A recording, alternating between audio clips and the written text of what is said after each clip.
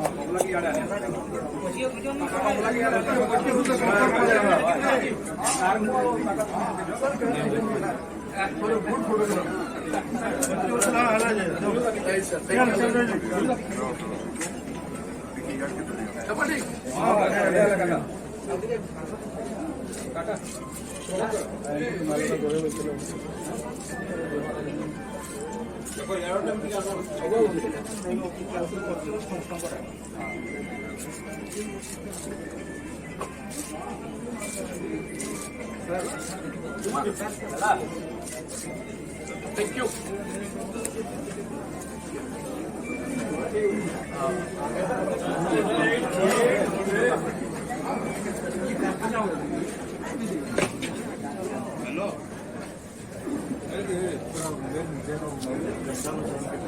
To this historical evening and congratulate for being a part of it.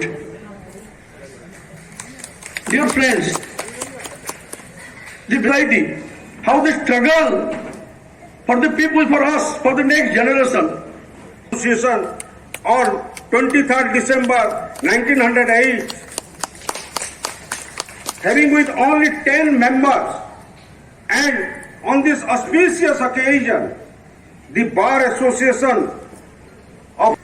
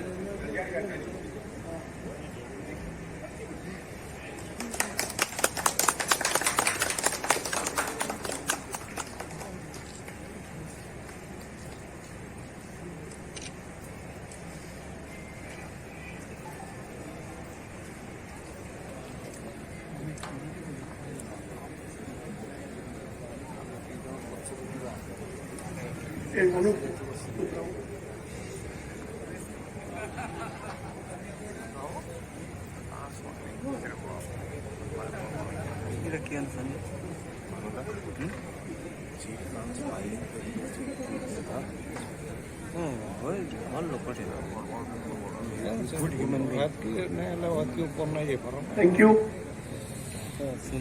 Now the time has arrived to listen from our chief guest, Honorable Chief Justice, Odisha High Court, Dr. S. Muralidhar.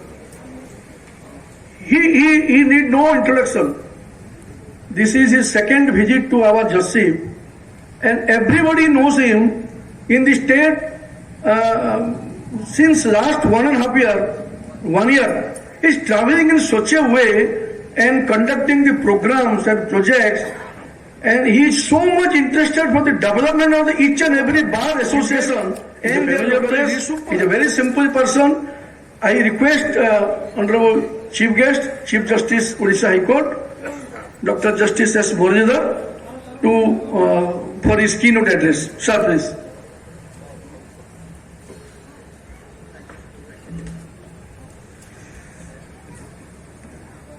Good evening, Pranam, Vande Utkala Janani. I am honored to be invited to unveil the statue of such an eminent personality, the founder of the Sambalpur Bar Association, C.S.Behera. I am equally honored to be in the midst of a galaxy of intellectuals and prominent personalities of Sambalpur, particularly Professor Aditya Prasad Pani, ex-Vice Chancellor, Berhampur University, Professor C.S.Behera, ex-Vice Chancellor, Sambalpur University, Shri Suresh Pujari, the Member of Parliament, Shri Jainaran Mishra, the MLA, Shri Nauri Nayak, MLA Rengali, Shri Raghunath Mishra, Secretary Lok Seva Mandal, Shri Aurobindo Mohapatra, Dr. Rashish, members of the bar, the dynamic and vibrant Dr. Pramod Kumar Ratha, President of the Sambalpur Bar Association, the Vice President Shri Chandrasekhar Mahanti, Shri Raviranjan Pujari, the Secretary, and ladies and gentlemen. For me too, it was an eye-opener that Sambalpur had produced such a fine historical personality who guided the fate of the Sambalpur Bar and contributed in a major way to preserving Oriya as a language and building the identity of Odiyas around the language. He, I think, foregrounded linguistic identity before anything else. So there was a pride in culture, in history, in tradition that he fought for. I had heard of Utkala Gaurav, Shri Madhusudan Das. I had heard of Utkala Bandhu, Shri Gopabandhu Das. And I only recently fought for. Dr. Ratha came to. I had heard of Utkala Gaurav, Shri Madhusudan Das. I had heard of Utkala Bandhu, Shri Gopabandhu Das. And I only recently, when Dr. Ratha came to invite me, I read in some detail about Shri Behera, and I was astounded. I would completely agree with Dr. Ratha that we need to recount the lives of these historical personalities only to draw inspiration.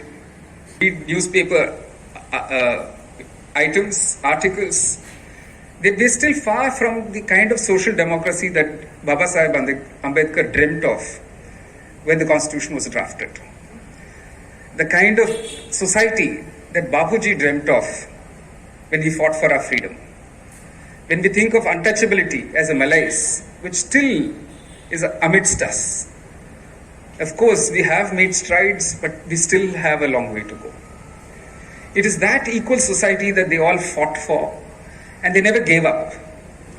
So if you look at Shri Chandrasekhar Behera, this was a time when even the legal system was not fully developed. The system was an alien system, it was a borrowed system. And yet Shri Behera was inspired to challenge the system from within the law. If you look at Mahatma Gandhi's lifespan of those 20 years in South Africa, the man was using the legal system They didn't have a written constitution. They didn't have constitutional courts like we have. They didn't have the facility of filing writ petitions. They couldn't challenge legislation. They couldn't ask for enforcement of fundamental rights. And yet, as a lawyer, he used the legal system. There is a brilliant book by a historian, Charles de Salvo, under the title Man Before the Mahatma, which traces the life of Gandhiji as a lawyer in South Africa. I read it about a decade ago, and again, for me, it was an eye-opener because we've grown up reading Experiments in Truth. Gandhiji does mention briefly about his initial years as a lawyer, but doesn't give us the details of the cases he actually fought. And when you read Charles de Salvo's biography of Mahatma Gandhi's legal life, you realize that he used